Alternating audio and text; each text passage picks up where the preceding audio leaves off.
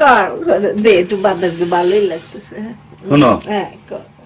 এক পোলা হুম এক মায়ের খুব ভালোবাসে, হুম দুনিয়ায় আর কিছু চায় না মায়া ছাড়া। আচ্ছা। কিন্তু মায়া পোলাটারে পছন্দ করে না। ওহো।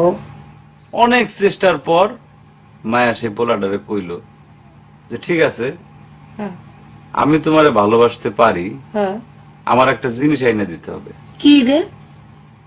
পোলাটা তখন কইল যে তোমারে পাওয়ার লিগা আমি দুনিয়ার যে কোনো জায়গা থেকে যে কোনো জিনিস আইনা দিতে পারি। হ্যাঁ হ্যাঁ।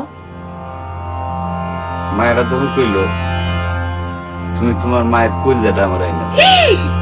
কি কর কি কর কি কি কি শুনোই না, কি গল্প শোনালি দিদু? পোলা তখন দৌড়াইতে দৌড়াইতে তার মায়ের কাছে গেল।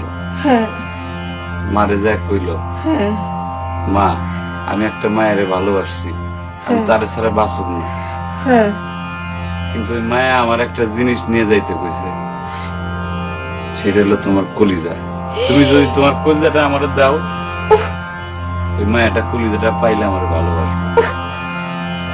মা তখন কইল তুই আমার একমাত্র বুকের ধন, তোর সুখের জন্য আমি সবকিছু করতে পারবো। পরে মা বুকটা ফাইরা কলিজাটা বাইর করে পোলার হাতে দিল। আহারে মা।